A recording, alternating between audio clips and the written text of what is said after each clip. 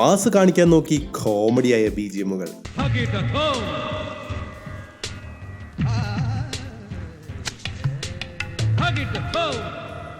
Rapid action force എന്ന ഈ ചിത്രത്തിലെ BGM ചെയ്തത് ആരാണെന്നറിഞ്ഞാൽ ഒരു പക്ഷെ നിങ്ങൾ ഞെട്ടിയേക്കാം. ദേവാസുരം, ജോണി വാക്കർ തുടങ്ങിയ ചിത്രങ്ങളിലൂടെ നമുക്ക് കിടിലൻ BGMകൾ സമ്മാനിച്ചിട്ടുള്ള അതേ SP വെങ്കടേഷ് തന്നെയായിരുന്നു ഈ ഒരു BGMന്റെ പിന്നിലും പ്രവർത്തിച്ചിട്ടുള്ളത്.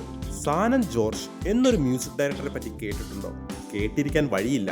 പട്ടാഭിരാമൻ എന്ന ഈ ജയറാം ചിത്രത്തിലെ BGM ചെയ്തിട്ടുള്ളത് സാനൻ ജോർജ് ആയിരുന്നു.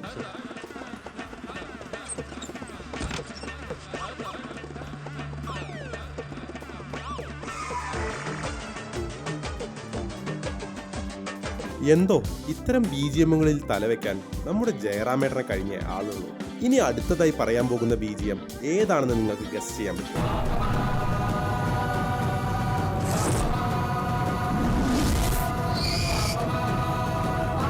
ദ കിങ്, കമ്മീഷണർ തുടങ്ങിയ ചിത്രങ്ങളിലൂടെ നമുക്ക് ഒരിക്കലും മറക്കാൻ കഴിയാത്ത രീതിയിൽ BGM സൃഷ്ടിച്ചിട്ടുള്ള രാജമണി തന്നെയായിരുന്നു ഈ ഒരു ചിത്രത്തിന്റെയും BGMന് പിന്നിൽ. ഈ ഒരു BGM കാരണം സിനിമയ്ക്ക് പ്രത്യേകിച്ച് ഗുണങ്ങളൊന്നും ഉണ്ടായിട്ടില്ലെങ്കിൽ നമ്മുടെ ട്രോളന്മാർക്ക് ഗുണങ്ങൾ മാത്രമാണ് ഉണ്ടായിട്ടുള്ളത്. ഈ ഒരു BGMനെ ദി ബെസ്റ്റ് ആക്കിയതിന് നമ്മുടെ ജയറാമേട്ടന്റെ പങ്ക് ഒട്ടും ചെറുതല്ല. ജയറാമിന് മാത്രമല്ല, നമ്മുടെ ഇന്ദ്രജിത്തിനുമുണ്ട് ഒരു അഡാറ് BGM.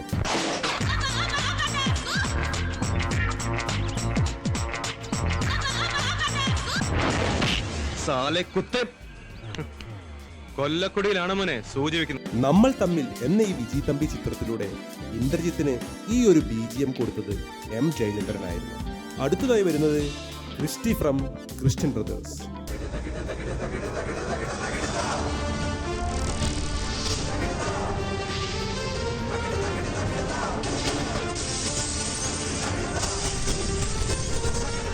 ലാലേട്ടനും ഈ ഒരു BGM സമ്മാനിച്ചത് രാജമണി തന്നെയായിരുന്നു. ഒരു കാലത്ത് കിടിലൻ BGMകൾ മാത്രം തന്നിരുന്ന രാജമണിക്ക് ഇപ്പോൾ എന്തു പറ്റി? ഇത് തീർച്ചയായും ചർച്ച ചെയ്യപ്പെടേണ്ട കാര്യം തന്നെയാണല്ലേ. ഈ ഒരു BGM മാത്രമല്ല നമ്മുടെ ലാലേട്ടന് സ്വന്തമായുള്ളത്. ലാലേട്ടന്റെ BGM എന്ന് മാത്രം പറഞ്ഞാൽ പോരാ, ഇത് ഏജന്റ് എക്സിന്റെ കൂടെ BGM ആണ്.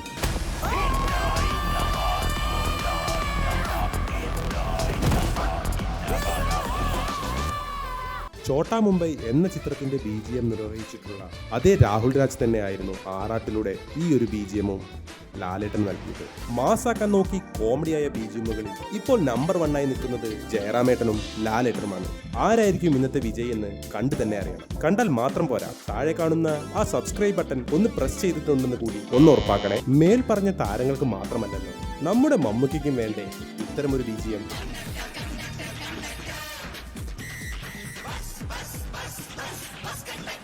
ബസ് കണ്ടക്ടർ എന്ന ചിത്രത്തിലൂടെ മമ്മൂക്കയ്ക്ക് ഈ BGM സമ്മാനിച്ചത് M ജയചന്ദ്രനായിരുന്നു. എന്തായാലും ഇങ്ങനെ ഒരു BGM സൃഷ്ടിച്ച M ജയചന്ദ്രനെ സമ്മതിക്കാതിരിക്കാൻ കഴിയും.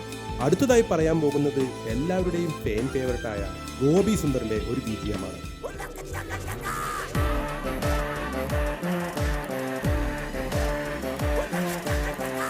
ഒരു വെറൈറ്റിയായ രീതിയിലായിരുന്നു ഗോപി സുന്ദർ മിഖായൽ എന്ന ഈ ചിത്രത്തിലൂടെ ഈ ഒരു BGM ഒരുക്കിയത്. നമ്മൾ ഇതുവരെ കേട്ടതിൽ വെച്ച് ഏറ്റവും കുറവ് ദൈർഘ്യമുള്ള ഒരു BGM ആയിരുന്നു എബ്രഹാം ആൻഡ് ലിങ്കൺ എന്ന ചിത്രത്തിലൂടെ നമ്മുടെ മണിച്ചേട്ടന് കിട്ടിയത്.